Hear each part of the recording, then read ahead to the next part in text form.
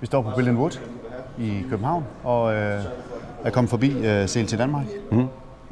Velkommen. Ja, tak for det. Det er Thomas. Ja. Vil du ikke fortælle lidt om, hvem CLT Danmark er, og hvad I kan tilbyde? Jo.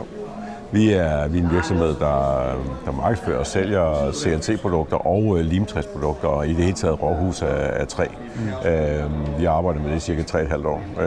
Vi projekterer, vi dimensionerer, vi tilrettelægger logistik, og så ender vi også med at levere, og i nogle tilfælde også montere byggerier med træ. Vi har lavet sådan en lille smart folder her, der kort beskriver nogle af de produkter, vi har lavet. Det er jo alt lige fra rækkehuse til hoteller til lejligheder, sommerhuse, sauna osv. Og så nogle af de projekter, vi er i gang med, det kommer herover. Der har vi et 20-etages hus, vi har noget omsorgscenter, vi har DTU, et 7-etages, vi lige havde faktisk rejsegild på i sidste uge. Og vi har også noget uddannelsescenter på hospital. Så det er sådan mangeartede projekter. Og som sagt, nogle af dem monterer vi, og andre af dem, der leverer vi. Men i alle tilfælde, der dimensionerer vi, planlægger projekteringsdelen, og så videre. Delen, ja, lige præcis. Ja. I starten, der tænkte vi jo lidt, at det her det er bare et spørgsmål om at levere nogle varer, ikke? Men det er det jo slet ikke. Den her med processen, den er sindssygt vigtig. Så vi har altid en supervision med på pladsen. Selvom vi ikke selv skal montere, så er vi altid ude og supervisere. Vi har også en kvalitetsopfølgning og kontrol af det. Ja. Vi sørger for at lave en strategiplan omkring fugt. Det vil vi gerne have. Det er ikke, fordi det er svært. Vi har bare nogle regler omkring det, som vi bare skal følge. Ikke? Ja.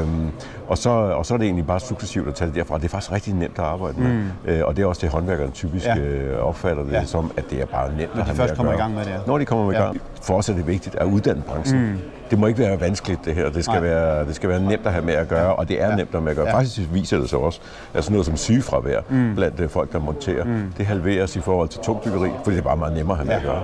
Det er lidt en spøjs ting. Her der har vi en 5-lags 100 mm. Her der har vi en 3-lags 100 mm. Og der kan I se, at CLT, det er jo sådan nogle elementer, hvor ligesom limtræ, man sætter nogle lameller, altså brædder sammen. CLT er det bare krydslamineret, det vil sige, at de er lagt sådan på kryds og tværs. Så her har vi et tværgående lag, og her har vi et langsgående lag, og et tværgående lag, og et langsgående lag. De bliver så presset sammen og limet sammen i en stor presse. Så bliver de skåret til med en præcision på 1-2 mm. Så vi har et sindssygt præcist materiale. Så vælger man antal lag i forhold til noget med konstruktion og styrke, og hvad er det for nogle skruer, man skal arbejde med og sådan noget. Derudover så kan vi gå ind og kigge på overfladen, hvor at man så har nogle forskellige gradueringer i forhold til overfladen. Den her, den har fået en hvidlasering, og det er så en visuel overflade. Det vil sige, den kan sagtens stå færdigt inde i et byggeri. Hvorimod den her, den har ikke fået nogen behandling, og det er måske sådan en, man bygger ind bag en gipsplade eller sådan noget. Så det, men det er sådan noget, man vælger, og det er jo altid noget, vi hjælper med at beslutte. Både i forhold til konstruktioner, men også i forhold til det der visuelle. Det er klart, at kosmetik og sådan noget, det er jo meget arkitekten, der måske er inde over at beslutte det i den sidste ende. Og så kan man få de her.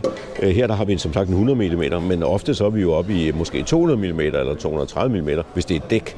Fordi det er jo ikke kun vægge, det kan også sagtens være dæk, så man bruger det som etagedæk. Ja, lige præcis, eller tag. Ikke? Og alting er jo skåret 100% til. Så det er meget, meget nemt at sætte sammen. Og det er jo så lange skruer, beslag og så videre, vi arbejder med. Ja. Og selvfølgelig vi kalder det jo let materiale, men altså det kommer alligevel til at veje noget, så vi skal altid have en kran også på pladsen. Men du kan transportere flere CLT-elementer end... Vi kan fylde en lastbil fuldstændig. Altså et 180 kvadratmeter hus for eksempel, enfamilieshus, det har vi på en lastbil. Det har I på en lastbil. Med inklusive tag og indvendige vægge og sådan noget. Det er cirka der, den ligger. Ikke? Så vi har jo en kæmpe gevinst i forhold til transport og dermed også CO2. Og det er jo, altså meget af det her bliver jo båret på to ting. CO2-regnskabet, fordi vi kan spare verden for en hel masse CO2, og plus vi oplager CO2 i de her elementer. Vi passer jo som regel på endetræet. Men man skal huske på, at det her det er et stykke massivt træ. Så når det her får fugt, så bliver det jo ikke fugtigt inde i midten, ligesom en kassette gør.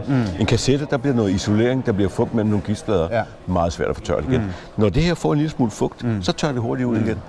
Så vi har nogle, vi klodser op, vi putter lidt folie på og sådan noget, men det er ikke sådan, at man skal begynde at totalt overdække og sådan noget. Det er der selvfølgelig nogen, der har lyst til, og det må de også meget gerne gøre, men det er ikke der, vi er. Så det vi gerne vil have, at folk gør, når de bygger med det er, at de arbejder videre med det samme. Det vil sige, når vi monterer et hus, jamen se at få vinduerne i, det er jo nogle gange monterer vi også vinduerne, ikke? Men ellers se at få vinduerne i, se at få lagt taget på, se at få isoleret det osv. Fordi at, det er fuldstændig præcist, og det er tørt, når det kommer. Det kan lige så godt forblive tørt. Ja. Vi snakker rigtig meget fugt, men der er altså forskel mellem massivtræ og kassetter. Det skal man holde sig for. Ja, okay.